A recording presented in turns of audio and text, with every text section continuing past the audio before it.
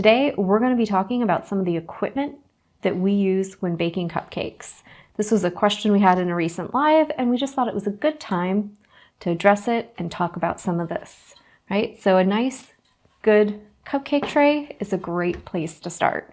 Typically, I shy away from really dark metal trays. This is kind of a lighter one that's had a lot of heavy use, and it is actually coated. We do sometimes bake some of our items directly in them, so the nonstick surface helps, but sometimes you can get metal trays without the nonstick coating. They're a nice light metal, and those will work too, especially if you're going to use liners. So what type of pan specifically you use is a little bit up to what you're going to bake with and how versatile you need it to be. Typically with cupcake liners, usually if you buy standard size cupcake pans, and we like the 12 counts, it allows us to turn them in the oven and really control the baking versus larger trays that have 24 or 48. And typically the openings in them, if they say they're standard size, they'll fit the standard size liners. Occasionally, sometimes, depending on what brand of things you buy, you can get stuff that doesn't quite match up. So I want to talk about the dimensions on the liners and how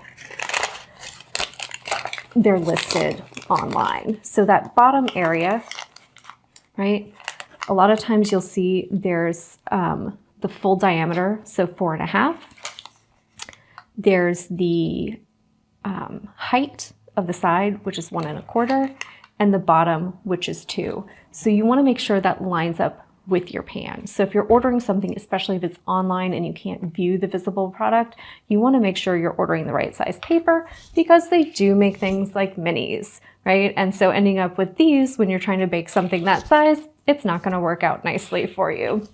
And some of the brands I've gotten over the years, like this part will be a little smaller, and that can make them bake up a little funny. You want to make sure it's taking up all that space down there so you get nice full cupcakes, right? So it's just a good thing to kind of double check your pan size and make sure whatever you're ordering, it's going to be compatible, right? These tend to be packed pretty tightly, so every once in a while you'll get some that may not release well, or they might wrinkle a little bit.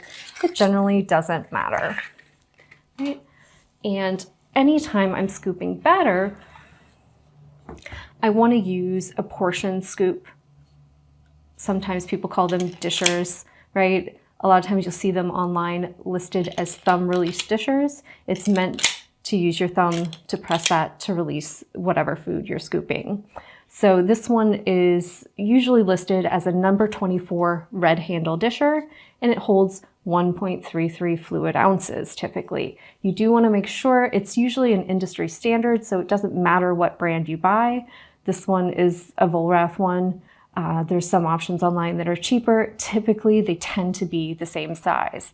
Every once in a while, though, you might get a brand that's something more decorative, and it might be a little different. So just check and make sure that those numbers line up. And this tends to be a good size for a standard size cupcake. But every batter is different and will bake up a little differently. So you want to make sure you get nice level scoops, and that will help you control the amount of batter that's going in and get nice, even, well-baked cupcakes. And typically with cupcakes, you want the batter to come about halfway up the sides of the pan. Right, so this is probably gonna do 6 or 7 cupcakes for us. We just had a little extra batter off of a project, and we thought it would be a good chance to go over these materials. So there are some more decorative papers that you'll see, especially online. There's lots of pretty stuff. Sometimes you can find the colored ones. Important thing to note is the colored ones usually change when they're baked. So these are red. When I bake them up, it'll absorb some of the grease and change that color. So anytime you're planning on using these, you want to keep the fact that the color will most likely change during baking. And if I did something like a darker cake color, like red velvet, it would accentuate the red. But if I baked something like chocolate or gingerbread or apple, it'll give it more of a brown tone. So it'll really, really alter the color more depending on what color the actual cake that you're baking is. So you want to keep those things in mind when you're using these. And a lot of people actually just use them decoratively and will put cupcakes baked in plain papers inside of those when they're displaying them so that the colors are actually more true. We're gonna go ahead and pop these in the oven, and then we'll show you what they look like when they come out. So our cupcakes are baked and they're out of the oven and they've cooled, so it's easy to get them out of the pans. And you can see they just have a nice slight dome on top. It's not too rounded, so they'll be easy to decorate on. And the cake comes all the way up the sides of the paper, right? There's very, very little paper exposed at the top edge. So that's a nice amount of batter for our cupcakes. Gives us a great surface to decorate on, and the cake is nice and full in those little cups, right? So we get a beautiful cupcake every time by using good pans, good liners, and a great size scoop.